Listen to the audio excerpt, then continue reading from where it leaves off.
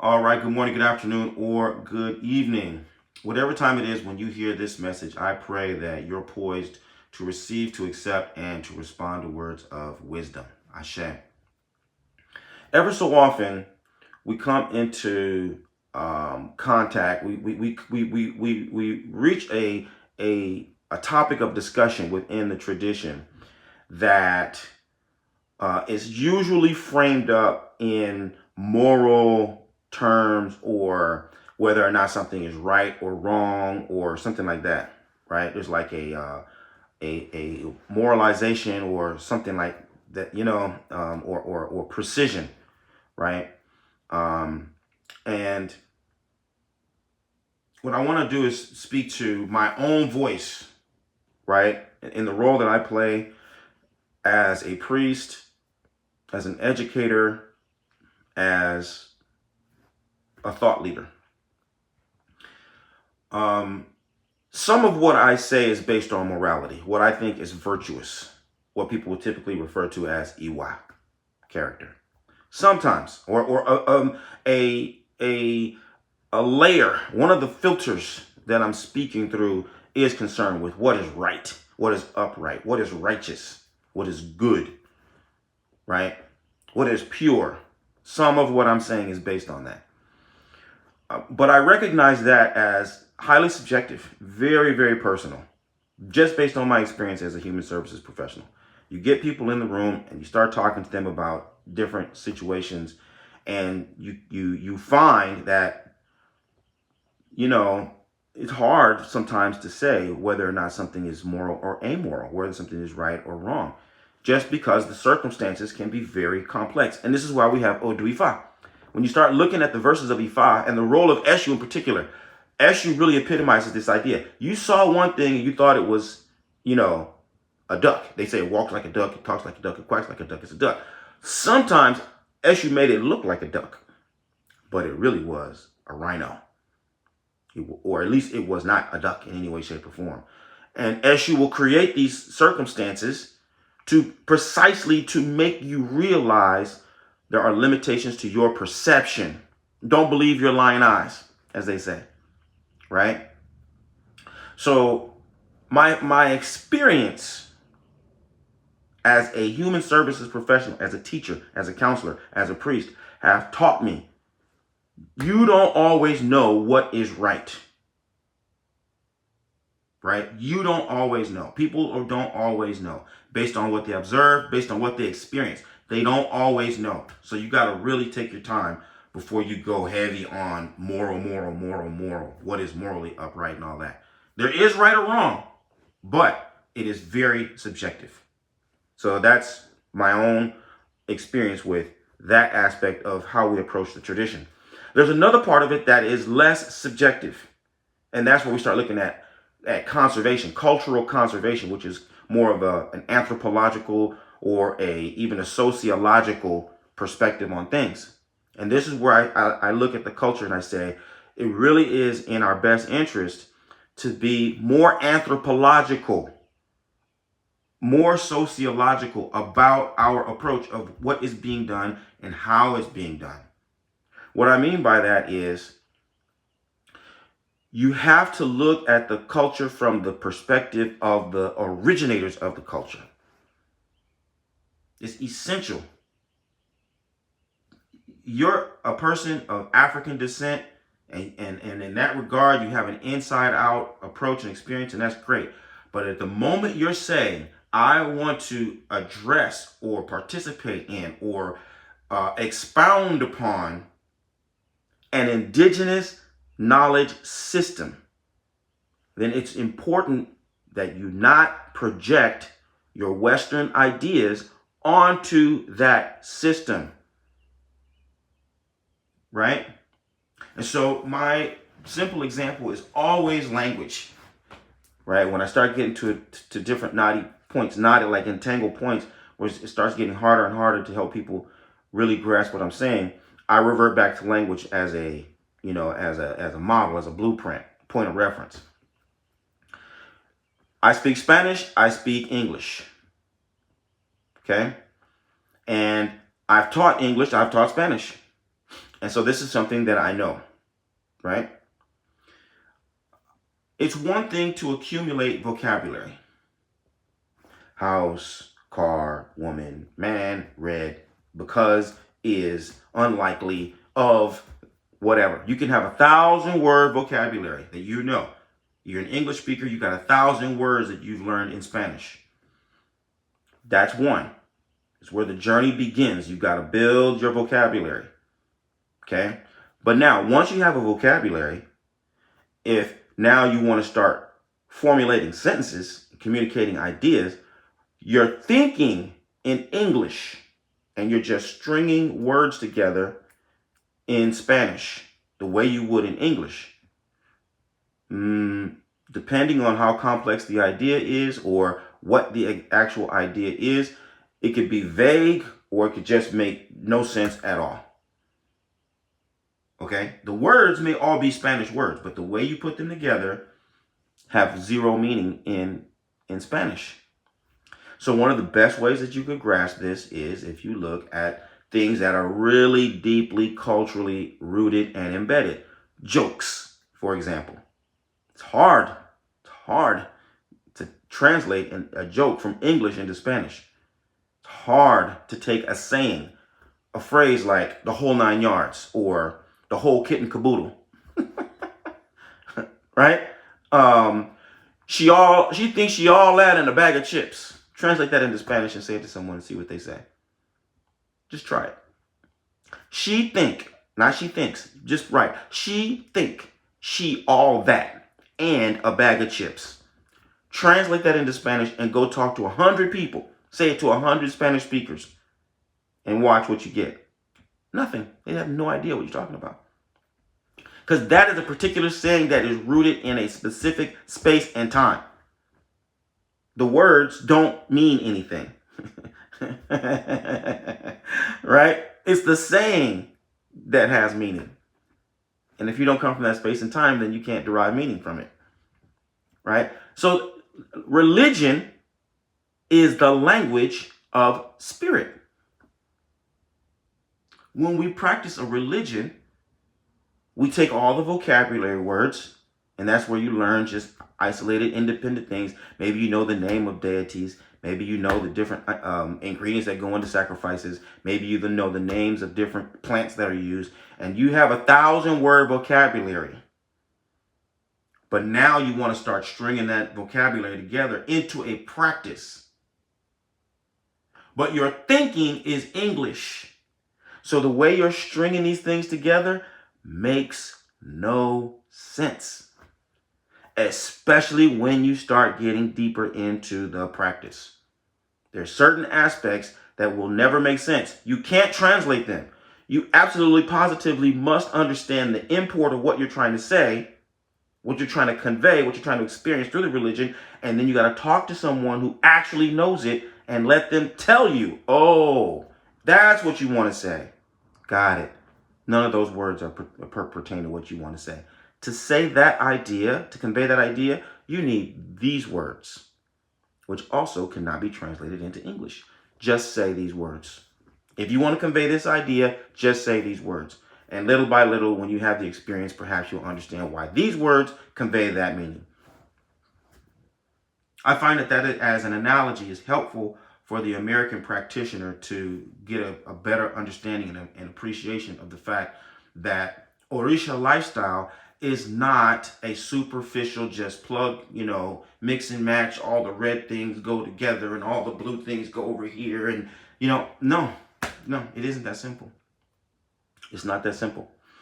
And so as this pertains to, conservation over, let's say, morality, the reason why I'm saying this is because the problem with you particularly as an American, this is a very important thing. As an American, what you got to know about yourself, even if you're an African American from the hood, you are a part of the most destructive civilization that has ever graced the planet. As Americans, our lifestyle is actually the most destructive human force that we have ever recorded in human history. Right now, we make up 5% of the human population. If there's 7 billion people on the planet, we are 5%. And we consume more than 50% of all natural resources. And we generate more than 50% of all waste. So when you talk about environmental disasters, poisoning of rivers, poisoning of soil, destruction of habitat, extinction of animals, destruction of natural resources and phenomena like coral reef, rainforest, etc., that is largely due to us as Americans. We are a destructive force in this world. And so conservationism is concerned with, hey, we need to check ourselves and take stock of how fast this is dwindling. Right? We need to slow down and evaluate. Whoa, how many trees are we cutting down exactly? How many fish are going extinct exactly? How much of the ocean is contaminated exactly? What's going on for real? We need to get clear about that so that we can be more judicious and deliberate about how we consume resources. Culture is one of those resources. Each culture on the planet is as precious and valuable as an ecosystem. So in the same way that we need to conserve what's going on in the desert, what's going on in the Arctic, what's going on in the rainforest, what's going on in the savannas, what's going on with the large mammals, what's going on with the fish, what's happening with the rivers, what's happening with the reefs, what's happening with the insects and the birds. In the same way, we need to take stock of our impact on the natural environment. We need to recognize that we as people are part of the natural environment. And when you lose something, you made something go extinct. When a language is spoken, you know what I mean? The last person who speaks a language dies, all the knowledge of that language goes with it. When a culture that has been living and existing for thousands of years in a specific location, in a particular way, relating to that land in a certain way, when we contaminate that blindly, indiscriminately, we lose something. We lose something. And some of these things can never be recovered. And so, until very recently, human beings, the majority of human beings have lived in isolation. And cultures have been able to remain, intact. They've been able to retain their integrity because very few people were going back and forth. Well, now we got these fancy little devices. Everybody can get access to everything. And so now you're starting to see this sort of a monoculture arise. But the monoculture is based on the most destructive people in the world. So we're promoting and projecting and imposing the cultural values and practices from, the wardens of death onto the well springs of life. And I don't want to just paint a oversimplified picture of we're the bad guys and they're the good guys. That isn't what I mean to say. I just mean to say that we need to understand that without question or doubt, our lifestyle in the West is destructive. Everything we touch, we destroy. Everywhere Western culture goes and touches, mass destruction ensues. All those environmental disasters and those cultural, breakdowns, they are directly related to contact with the white man. All of them. So you, as an American, are an exponent of the white man's system. You're a product of that system, so you operate according to the edicts and the rules of that system. You got to be careful not to be thinking like a white man, even though you're talking about African things. You're saying the words. You're saying the words, but the way you're thinking about them is not consistent with the original intention and organization and logic of how those things all go together. And you don't know, and you cannot know, no matter how smart you are. You need to ask the people who actually know. What is this and how do I do it? What's the best way to approach this? For real. not in order to accommodate my own whims, not to satisfy my own biases, because that's another part of a big part of your problem as an American. You're an imperialist. You think you know better than everyone. And when you go and you look out upon what the natives are doing, no, that's not the way it should go. You shouldn't treat children that way. No, it doesn't go that way. You shouldn't treat animals like that. No, that's your attitude and your mentality. You know better than the natives. So when you get to a point in the practice where you don't like it, where it rubs against your own sensibilities, then you don't want to accept that and you want to start telling them, or you want to start making up stories about what it is and what it ain't. That's American. And that's how we end up jacking stuff up everywhere we go before we even know what it is. I'm just telling you, these are the hazards. This is not the first or the second time I've said what I'm saying. So if you've listened to me, over the years, then I'm just kind of reiterating the same thing in a different way. But this is, again, I want to clarify though today that what I'm saying, a large part of what you hear me say about the culture and practicing the culture in a certain way is about conservation. It's about sustainability. It's about looking at the precious texture of the culture and being able to say, hey, there's something beautiful and precious here. And I want to make sure that those things will continue to exist when my grandchildren are born. I want my grandchildren to be able to encounter and experience the culture and the tradition in the way that I did. I wanted to be able to have the kind of impact on their lives that it has had on my life. But in a very short period of time, I've seen a considerable amount of corruption. Corruption in the sense that people are altering the practice and the tradition in destructive ways, in ways that don't have any apparent logic except for immediate gain. I don't see that, us working towards some, great sustainable future, so it's alarming.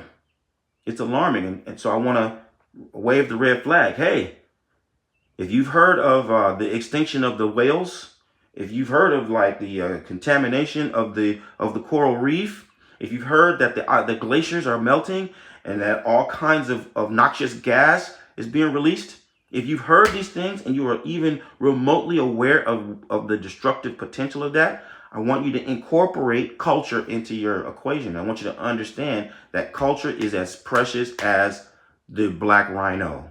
It's as precious as, the orangutan. Right? It's as precious as these tens of thousands, if not millions of different plant species who have all kinds of medicinal qualities. Culture is just as important. So before you go to dismantling the culture, before you go to, appropriating the culture and trying to rewrite the culture and assign new meanings to the culture according to your ideas, find out what the culture really says. Get a real sense of what the values that the culture are, right? And be respectful. Say, well, you know what? There are things that I don't understand yet. Slow down until you are fluent enough in the language of the culture, the practices of the culture, to be able to speak sensibly, okay, according to what the real indigenous perspectives are. So this is a message for the leaders. This is a really important lesson for the leaders. I'm looking for you. I'm calling out to you. I'm trying everything that I possibly can to get your attention. I want to really join forces with those people who are committed to improving the world through positive influence.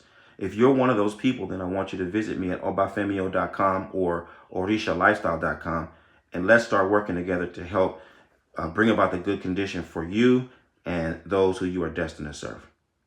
I look forward to working with you. Bye for now. Odabo.